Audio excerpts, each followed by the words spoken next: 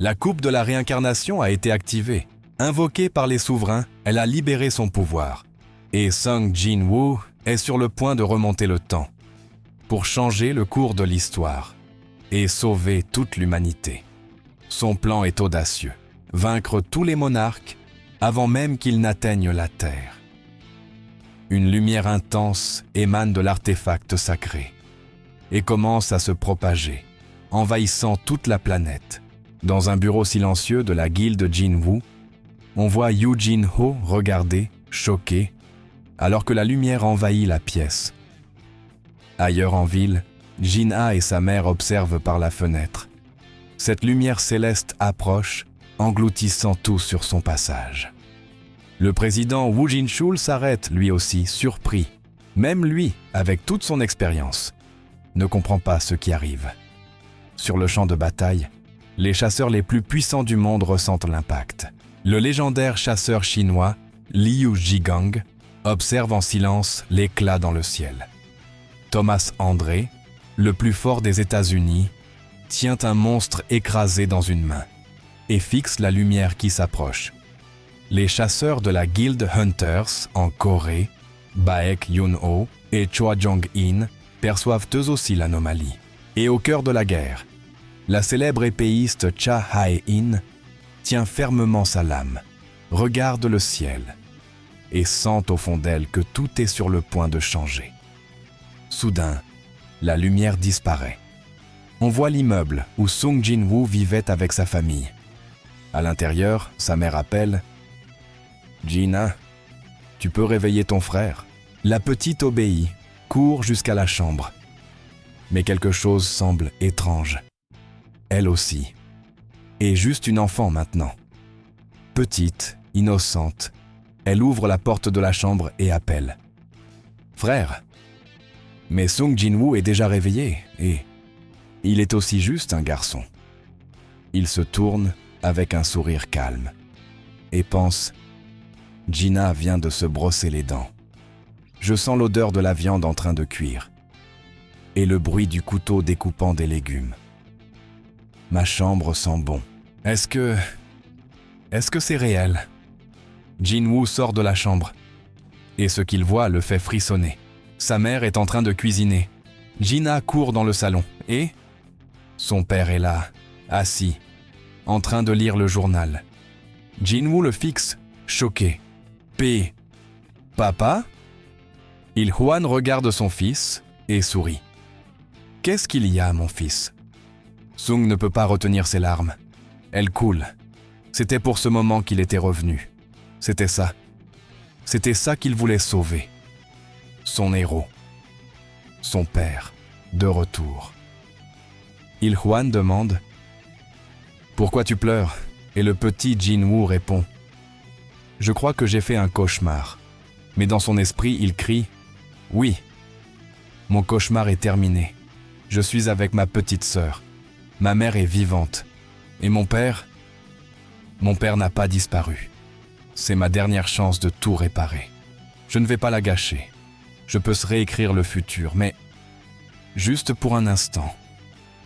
Laissez-moi profiter de cette paix. » Sung Jin-woo retourne à l'école. Il retrouve ses amis d'enfance. Il rit, joue, s'amuse. Et pendant quelques jours, il vit une vie normale. C'était sa récompense. Mais même s'il sourit, il sait, il sent. Derrière ce ciel bleu, les monarques se préparent. Ils créent d'énormes portails et planifient notre fin. Mais encore un peu, encore un jour. Si cela ne blesse personne, alors, s'il vous plaît, laissez-moi rester ici. Encore un jour. En nettoyant la chambre de Sung Jin-woo, sa mère trouve quelque chose d'inattendu. Un mot. Elle le lit, surprise. « Je reviendrai, une fois que j'aurai terminé ce que je dois faire. » Pendant ce temps, dans un monde totalement différent, un donjon d'obscurité infinie, un monstre grotesque perd la tête sous un coup brutal. Le responsable, Beru, la fourmi d'ombre la plus puissante de Sung Jin-woo. De l'autre côté, devant un tas de cadavres de monstres, se tient Bélion, l'ombre suprême de l'armée des ombres. assis, immobile. Il observe, il attend. C'était ce monde parallèle où Sung Jin-woo était allé. Sa nouvelle mission venait de commencer. La chasse au monarque. Jin-woo pense « Ce monde vide, où il n'y a que des ténèbres sans fin, est terriblement solitaire. S'il n'y a plus de combats à venir, alors que me reste-t-il » À l'horizon obscur, il le trouve enfin, le monarque de la transfiguration, Yogumunt. Mais Jin-woo n'est plus le même. Son corps est désormais celui d'un adulte, fort, mûr, avec de longs cheveux noirs tombant sur son armure. Yogumunt est vaincu, son corps se dissout dans l'air. Le dernier survivant de la ligne temporelle précédente est désormais le premier à tomber. « J'ai gagné », pense Jin-woo. « J'ai tué le monarque de la transfiguration, le cœur de l'offensive des monarques. Sans lui, ils ne pourront pas ouvrir d'aussi grands portails pour atteindre la terre. » Sung inspire profondément et murmure « Cela fait déjà 27 ans que je suis entré dans la faille dimensionnelle. Ce combat long et misérable touche enfin à sa fin. Il ne reste maintenant que 2 ennemis, Antares, le roi des dragons, et son armée destructrice. Heureusement que le temps passe différemment ici, pense Jin-woo. Sur Terre, seules 2 années ont dû s'écouler. 2 ans, il imagine sa famille. Comment va sa mère? Et Gina, a-t-elle grandi? Peut-être. Devrais-je attendre un peu avant de tout lui révéler? Soudain, Bélion s'approche. « Mon roi, nous avons terminé ici. Il n'y a plus aucun ennemi en vie. » Sung Jin-woo sourit. « Très bien. Cette fois, nous ne perdrons pas. » Devant lui se tiennent ses 2 plus grands généraux, Bélion et Beru. Mais alors, quelque chose change.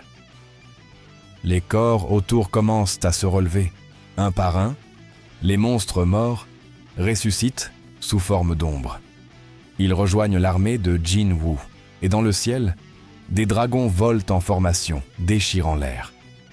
C'était le domaine d'Antares, le monarque de la destruction. Assis sur son trône, il observe. Donc Yogumunt a été vaincu. Intéressant. À ses côtés, un dragon demande « Devons-nous battre en retraite ? Aller plus loin ?» Mais Antares répond avec mépris. « Non, j'en ai assez de fuir. Nous combattrons ici. » Il sourit comme s'il savourait l'instant. Le monarque des ombres est vraiment impressionnant. Je n'aurais jamais imaginé qu'il utiliserait le calice de la réincarnation pour revenir dans le temps. Et maintenant, nous y voilà, face à face, 2 survivants, prêts à décider de la fin de tout. Et soudain, une ombre apparaît devant Antares. Il se lève, imposant, et dit « Je suis Antares, le monarque de la destruction.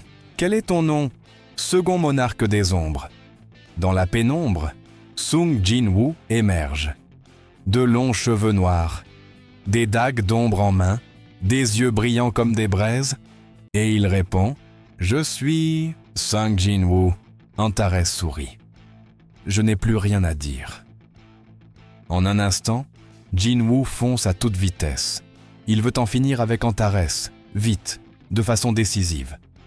Le monarque de la destruction se transforme. Son armure démoniaque explose en énergie, et il engage le combat. Le choc entre les lames des 2 monarques les plus puissants de l'univers résonne à travers le monde obscur.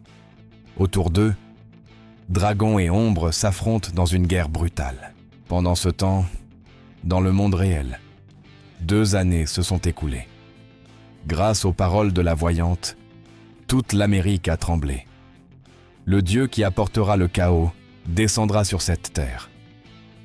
Telles furent les paroles de Norma Selner. Normalement, une prophétie comme celle-là n'aurait pas causé autant d'agitation. Mais le problème, c'était celle qu'il avait annoncée. Norma Selner n'était pas une voyante ordinaire. Elle avait déjà prédit, avec une précision terrifiante, la mort soudaine du dictateur nord-coréen, la prise d'otages de passagers par des terroristes, et même le krach boursier causée par la faillite d'une entreprise publique. Les prophéties de Norma avaient mis le monde à genoux. Et maintenant, elle annonçait que la fin du monde était proche. Le dieu de la mort descendra sur cette terre, accompagné d'une armée d'ombres infinies. Nous ne pourrons pas fuir. Il n'existe aucun moyen d'échapper au dieu de la mort. Le lendemain matin, le ciel de Séoul se fendit en deux.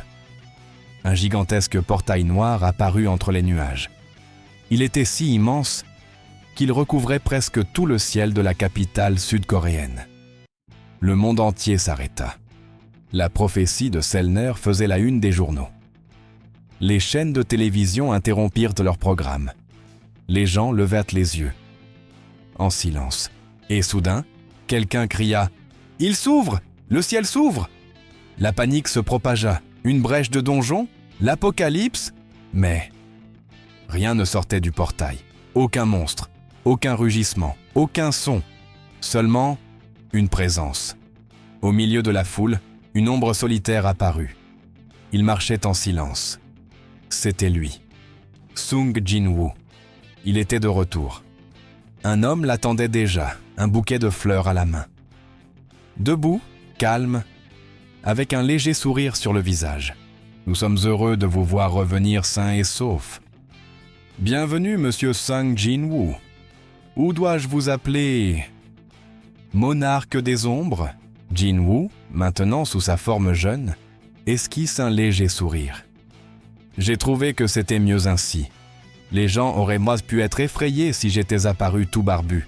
Et ce n'est pas désagréable d'avoir au moins une personne qui m'attend. L'homme qui l'accueille est en réalité l'un des souverains. » Et il dit « Nous ne pensions vraiment pas que vous reviendriez. Vous avez essayé de tout porter seul.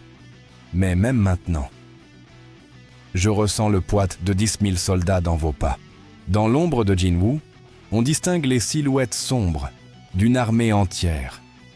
Des soldats fidèles, loyaux jusqu'au bout. Il regarde le bouquet, puis fixe l'homme. « J'imagine que vous n'êtes pas venu ici juste pour m'offrir des fleurs. Quel est le message des souverains ?» L'envoyé inspire profondément. Le monarque des ombres reçoit une nouvelle mission. Et peut-être que cette conversation prendra du temps. Nous devrions parler ailleurs. Sung Jin-woo fait un pas en avant. Son regard se perd un instant. Et il répond « Il y a un endroit où je veux aller en premier. » Sung Jin-woo se rend dans un lieu inattendu. Une boutique de glace. L'envoyé des souverains l'observe, intrigué. « Puis-je vous demander pourquoi avoir voulu venir ici ?» Sung répond avec un sourire discret. Après avoir passé tant de temps dans un endroit où il n'existait absolument rien. Évidemment que j'avais envie de quelque chose de sucré. Il s'assoit.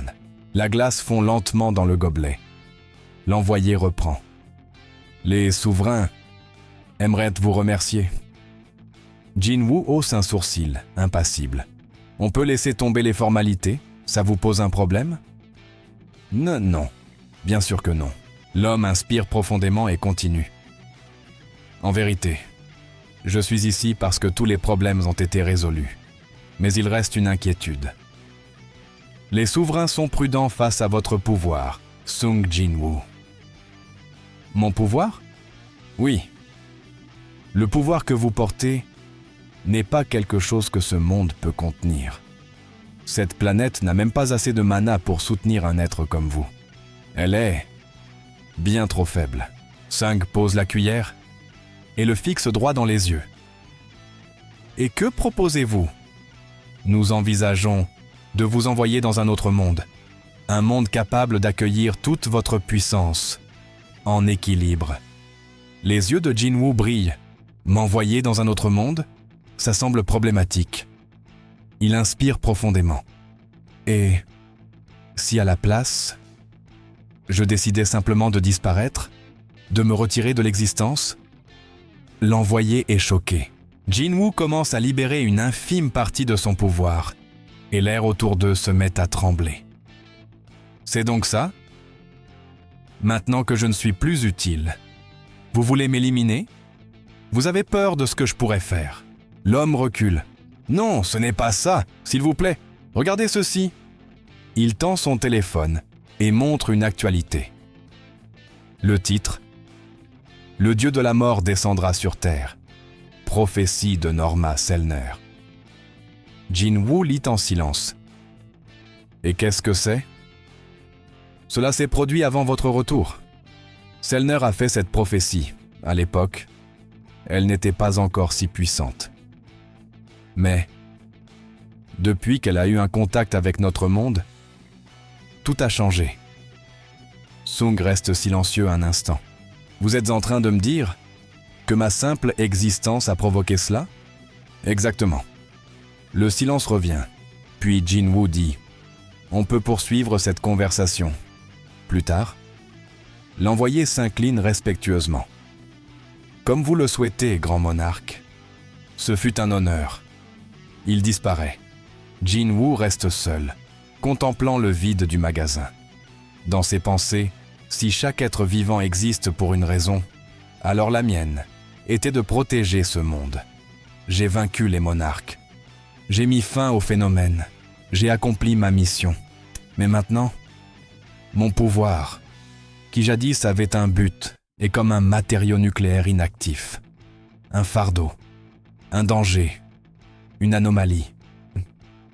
Si c'est ainsi, alors suis-je quelqu'un dont ce monde n'a plus besoin.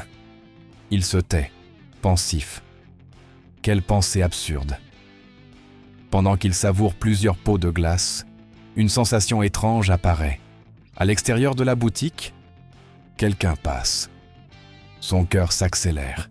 Il se lève d'un bond, court jusqu'à la porte, et au coin de la rue, il la voit. Une jeune fille, blonde, un sac sur l'épaule. Ses cheveux brillent sous le soleil. C'est elle. Cha Ae-in. Mais qu'est-ce que c'était? Pense-t-elle. Depuis quand l'odeur de la glace est-elle aussi agréable? Sung l'observe, figée. Elle ne l'a pas encore vue, mais son cœur déborde d'émotion. Le moment viendra, le moment de décider si je peux rester ici ou si je dois partir. Mais s'il existe une raison de rester, alors peut-être c'est parce qu'il y a encore des personnes que j'aime ici et parce qu'il existe des gens qui m'aiment aussi. Sung Jin-Woo regarde autour de lui et il se remémore sa sœur, Jina, et son ami Sonny, Baek Yoon-ho, qui travaille maintenant comme pompier, aux côtés de ses amis Baek Gyu-hwan et Bong-gu, vivant dans cette nouvelle réalité. Il se souvient aussi de sa mère, faisant paisiblement les courses au marché, de son vieil ami, Yoo Jin-ho, qui, comme toujours, s'endort en classe, de l'ancienne soigneuse de la guilde, Lee Bora, et de son ami Lee Ju-hee, maintenant aussi une simple étudiante.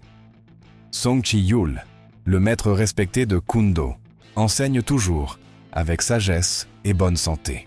Tous les anciens chasseurs qui avaient participé au donjon double et qui avaient perdu la vie autrefois sont maintenant vivants. Ils vivent en paix, travaillent pour subvenir aux besoins de leur famille. Mais tout n'a pas changé. Les frères mafieux, Hwang Dong-soo et Hwang Dong-suk, sont toujours plongés dans le monde criminel. Choi Jong-in, l'ancien soldat suprême, dirige désormais une entreprise aux côtés des anciens membres de sa guilde dissoute. L'ex-chasseur de rang S, Ma Dong-wook, reste fidèle aux arts martiaux. Park Jong-soo, un des rares leaders de la guilde Hwana, est toujours un prodige de la boxe. Lim Il-jin, autrefois chef de la guilde des faucheurs, travaille maintenant comme chauffeur personnel de la star Lee Min-sung. Même le père de Yoo Jin-ho est en bonne santé, vivant en paix avec sa famille. Et Thomas André, l'homme le plus puissant des États-Unis, vit avec Norma Selner et l'aide à s'occuper du jardin.